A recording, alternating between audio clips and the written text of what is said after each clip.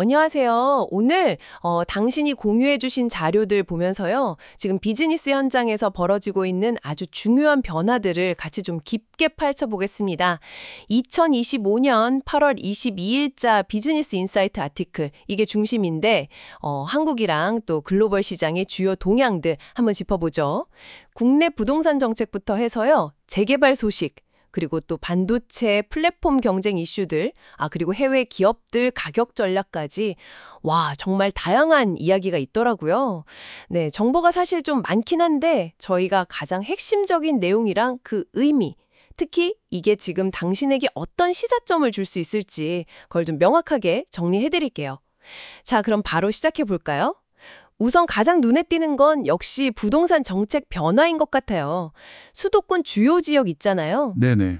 그러니까 서울 전체랑 인천 7개구, 또 경기 23개 시군. 여기가 8월 26일부터 1년 동안 외국인 토지거래 허가구역으로 묶인다. 이 얘기죠. 맞습니다. 그래서 외국인이 이 지역에서 주택 사려면 이제 지자체 허가 받아야 되고, 사고 나서도 4개월 안에 입주해서 2년을 실제로 거주해야 하는 의무까지 생긴다고요? 네, 바로 그 2년 실거주 의무. 이게 사실 핵심입니다. 그냥 뭐 규제를 강화한다 이걸 넘어서요. 임대나 시세 차익, 그러니까 뭐 갭 투자 같은 거 노리는 외국인들의 투기성 수요는 확실히 막겠다. 이런 의지가 담겨 있는 거죠. 아, 그렇군요. 네.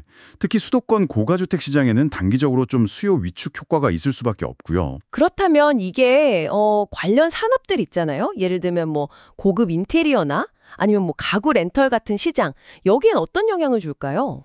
그거 좋은 지적이신데요. 그 외국인 투자 수요가 줄고 이제 실거주 목적 거래가 늘어나게 되면요. 당연히 해당 서비스들의 타겟 고객층도 좀 달라질 수 있겠죠. 이전에는 뭐 단기 임대나 투자 목적의 수요, 여기에 좀 맞췄다면 이제는 진짜 거기 사는 사람들, 그분들의 취향이나 필요에 맞는 서비스로 좀 전환을 해야 할 겁니다. 네. 그리고 또 자금 출처 증빙 강화, 이것도 있는데 이건 금융 투명성을 높이는 효과도 있지만 동시에 외국인 투자자를 대상으로 하는 뭐 금융이나 법무 컨설팅 분야, 이쪽에서는 또 새로운 기회가 생길 수도 있어요. 아하. 네, 반대로 우리 기업이 해외 부동산 투자할 때도 이런 규제 강화 추세가 있구나 하고 참고할 필요가 있겠고요. 되게 흥미로운 점은요. 이런 규제는 강화되는데 또 동시에 서울 시내의 대규모 재개발 사업들은 오히려 막 속도를 내고 있다는 거예요. 맞아요. 노원구 백사마을, 강남 구룡마을, 서초 성디마을처럼 진짜 오랫동안 좀 지지부진했던 곳들이잖아요. 네, 그렇죠. 특히 백사마을은 뭐 16년 만에 계획이 확정돼서 3천 가구가 넘는 대단지로 바뀐다니. 와, 이건 정말 큰 변화죠. 그렇죠. 구룡마을이랑 성디마을도 합치면 뭐 5천 가구가 넘는 규모로 내년에 착공해서 2029년 준공 목표라고 하고요. 와, 그 판자촌 이미지가 강했던 곳들이 진짜 완전히 달라지는 거네요. 맞습니다. 이 사업들이 이제 본교대에 오르면서 말씀하신 대로 2027년에서 2029년 사이 요때 서울 시내에 상당한 규모의 신규 아파트 공급이 예정된 셈이죠. 네. 이건 뭐 건설 경기 활성화는 당연하고요. 관련 기업들, 특히 뭐 리빙이나 가전, 아니면 B2B 인테리어 업체들, 이쪽은 이 시기에 맞춰서 수요가 확 늘어날 테니까 미리 생산이나 공급망 전략을 좀 짜둬야 합니다. 그러니까 단순히 그냥 집만 많이 짓는 게 아니라 네. 그 주변 환경 전체가 다 바뀌는 거군요. 맞습니다. 대규모 단지가 들어서면 뭐 주변 상권, 교통, 학군 같은 생활 인프라 전반이 재편되거든요. 네네. 따라서 뭐 근린 상업시설 개발 기회를 노린다거나 아니면 뭐 교육, 헬스케어 시설을 유치하고 또 늘어날 배송 물량 감당하려면 라스트 마일 물류 거점 같은 거 이런 걸 미리 선점하는 발빠른 움직임이 중요해질 겁니다.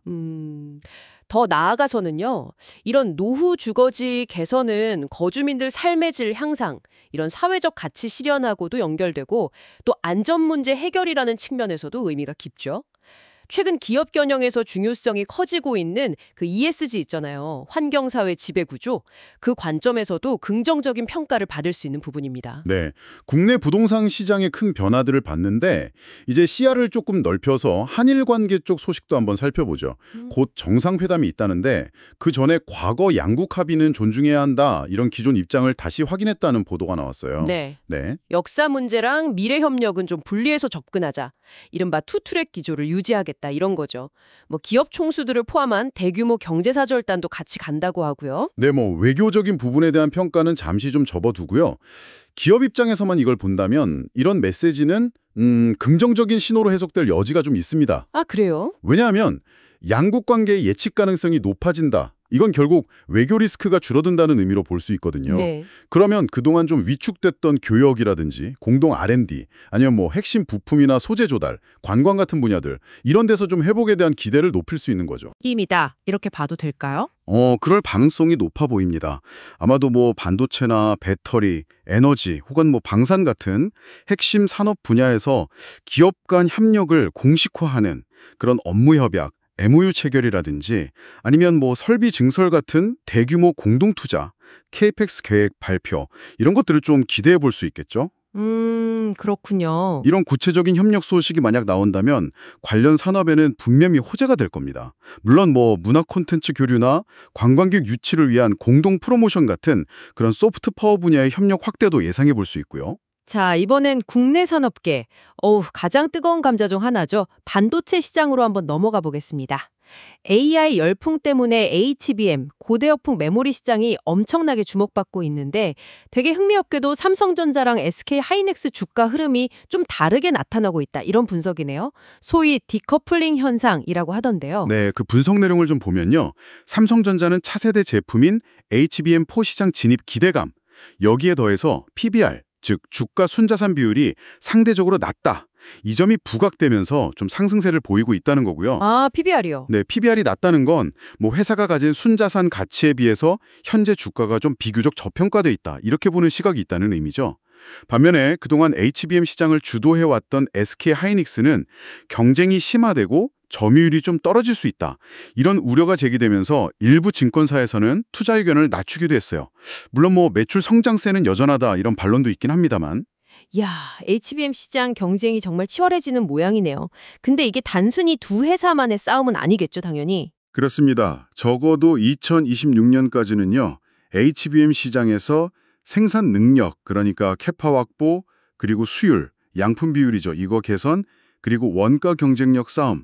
이게 계속될 겁니다. 네. 이건 삼성전자와 SK하이닉스뿐만 아니라 뭐 첨단 패키징 소재라든지 최신 공정 장비, 성능 테스트 기업들, 그러니까 HBM 생산과 관련된 전체 공급망, 밸류체인에 걸쳐서 영향을 미치는 거죠. 어느 한 부분에서 병목 현장이 생기면 전체 생산에 차질이 생길 수도 있고요. 아, 그리고 그 AI 투자 자체가 좀 변동성이 클 수도 있다. 이 점도 고려해야겠네요. 맞습니다. AI 서버 투자가 생각보다 좀 주춤할 가능성도 배제할 수는 없거든요. 그래서 반도체 기업들은 특정 고객사에 대한 의존도를 좀 낮추고 고객사를 다변화하는 전략, 이게 중요해졌습니다. 또 시장 변화에 빠르게 대응하기 위한 철저한 재고 관리, 이것도 필수적이고요. 만약 당신이 이 분야에 투자하고 있다면 기업들이 얼마나 구체적인 기술 개발 계획을 공유하는지, 또 주요 고객사로부터 언제 인증을 받는지 이런 것들을 좀 눈여겨보는 것이 중요할 겁니다. 네. 반도체만큼이나 우리 일상에 큰 영향을 미치는 게 또 플랫폼 기업들인데 이쪽 움직임도 흥미롭습니다. 카카오톡이 엄청난 변화를 예고했죠? 네, 맞아요. 친구 탭을 인스타그램 피드처럼 바꾸고 또 쇼폼 영상 탭을 새로 만든다고요. 사용자들이 카톡 안에서 더 오래 머물게 해서 광고 수익을 늘리려는 의지로 보이는데 시장 반응은 좀 엇갈리는 것 같아요. 그렇죠. 메신저를 이제 컨텐츠 소비 플랫폼으로 확장하려는 시도인 거죠. 그 트래픽을 광고나 커머스, 또 창작자 생태계로 연결하려는 뭐 그런 큰 그림입니다. 하지만 말씀하신 것처럼 반응이 엇갈리는 데는 좀 이유가 있어요. 피드나 광고가 너무 늘어나면 사용자들이 좀 피로감을 느끼거나 내가 쓰던 편리한 메신저가 변했네 하는 그런 반감을 가질 수도 있거든요. 와, 그 균형점을 찾는 게 정말 어렵겠네요. 사용자 경험을 해치지 않으면서 수익 모델은 강화해야 하니까요. 그렇죠. 어쩌면 장기적으로는 뭐 기본 기능 위주의 좀 가벼운 버전, 그리고 더 많은 콘텐츠와 기능을 제공하는 뭐 유료나 프리미엄 버전, 이런 식으로 사용자 경험, UX를 이원화하는 방안도 좀 고민해 볼 수 있을 것 같고요. 커머스 측면에서는 카톡 내 쇼핑 콘텐츠랑 광고를 잘 연계해서 입소문부터 구매까지 자연스럽게 이어지는 경로, 그 이른바 구매 파이프라인을 효과적으로 만드는 기업에게는 이게 또 새로운 기회가 될 수 있습니다. 네. 그러려면 사용자의 눈길을 끄는 창의적인 컨텐츠 제작 능력, 이것도 중요하고 또 성과를 정확히 측정하고 분석하는 데이터 역량, 이게 꼭 뒷받침되어야 하고 카카오의 이런 변화가 주목받는 가운데 경쟁사인 네이버는 상대적으로 좀 혁신적인 AI 서비스가 부족하다. 이런 지적도 나오는군요. 투자자들의 움직임도 약간 이걸 반영하는 것 같고요. 네, 플랫폼 경쟁은 결국 누가 더 사용자 시간을 많이 점유하느냐, 그리고 그 시간을 얼마나 효과적으로 수익으로 연결하느냐, 이 싸움이거든요. 카카오의 이번 변화가 성공할지는 좀 더 지켜봐야겠지만 어쨌든 네이버를 포함한 다른 플랫폼 기업들에게도 사용자 경험과 수익 모델에 대한 새로운 고민을 안겨주는 계기가 될 것은 분명해 보입니다. 자, 그럼 그 외에 또 주목할 만한 단신들도 좀 빠르게 짚어보겠습니다. K뷰티 관련해서는 화장품 ODM, 그러니까 제조자 개발 생산 전문 업체죠. 코스맥스가 인도 뭄바이에 연내 법인을 세우고 본격적으로 진출한다. 이런 소식이 있네요. 인도 시장 잠재력이 크다고 하죠. 네, 인도 뷰티 시장은 300억 달러가 넘는 규모에다가 꾸준히 성장하고 있어서 아주 매력적인 시장입니다. 코스맥스의 진출은 K뷰티 밸류체인 중에서는 첫 공식 진출이라는 점에서 의미가 있는데요. 성공하려면 현지 기후나 피부 타입에 맞는 제품 개발, 이게 중요하고 또 온라인 직접 판매, D2C라고 하죠. 그거랑 현지 유통 플랫폼을 같이 활용하는 시장 공략 전략이 필요합니다. 그리고 한국과 중국의 좀 편중된 고객사를 다변화해서 사업 위험을 분산하려는 그런 목적도 있을 거고요. 건설업계 소식도 하나 있네요. 최근에 안전 문제로 공사를 중단했던 포스코 ENC가 안전 점검을 마친 현장부터 공사를 다시 시작한다고 합니다. 입주 지연이나 협력사 피해를 좀 최소화하려는 노력이겠죠. 그렇죠. 공사 재개는 지연될 뻔했던 프로젝트 파이낸싱, PF 대출 상환이라든지 입주 일정, 이런 불확실성을 줄여준다는 점에서 중요하고요. 또 이번 일을 계기로 안전 관리를 더 강화하는 것, 이게 단기적으로는 비용이 들더라도 장기적으로는 사고 위험을 줄이고 또 기업 이미지를 높이는 아까 말씀드린 ESG 경영 차원에서도 꼭 필요한 투자라고 볼 수 있습니다. 또 하나, 미국으로 물건 보내시는 분들에게는 좀 중요한 소식일 것 같은데요. 우체국이 미국 관세 정책 변화 때문에 일만 소포랑 EMS 접수를 중단한다고요. 네, 8월 25일부터 중단된다고 하는데 아무래도 처리 부담 증가가 원인인 것 같습니다. 다만 서류나 민간 특송사랑 제휴한 EMS 프리미엄은 계속 이용 가능하다고 하니까요. 미국에 직접 물건 파시는 국내 셀러분들은 이번에 변경된 통관 절차, 특히 상품 분류 코드, HS 코드 기재나 관세 부과 방식 같은 거, 이걸 다시 한번 점검하시고 고객들한테도 배송 지연 가능성 같은 걸 명확히 안내할 필요가 있습니다. 자칫하면 장바구니 이탈로 이어질 수 있으니까요. 마지막으로 국내 증시 간단히 보면 코스피는 조금 반등했고 석유화학주가 구조조정 기대감으로 크게 올랐네요. 반면에 신재생에너지주는 좀 약세였고요. 신규 상장한 엑스레이 업체 JPE-L스퀘어는 등락을 반복했군요. 증시에서는 역시 정책 변화에 민감한 업종들의 변동성이 커지고 있다. 이 점을 좀 주목해야 할 것 같습니다. 석유화학 같은 경우는 구조조정을 통해서 공급이 줄어들 거다. 이런 기대감이 주가를 밀어 올렸지만 이게 진짜 기업 가치 상승으로 이어지려면 결국은 글로벌 수요 회복이 확인되어야겠죠. 네. 이제 시선을 해외로 돌려보겠습니다. 미국 시장에서 소비 패턴 변화에 따라서 기업들의 가격 전략이 바뀌고 있다. 이 소식이 흥미롭던데요.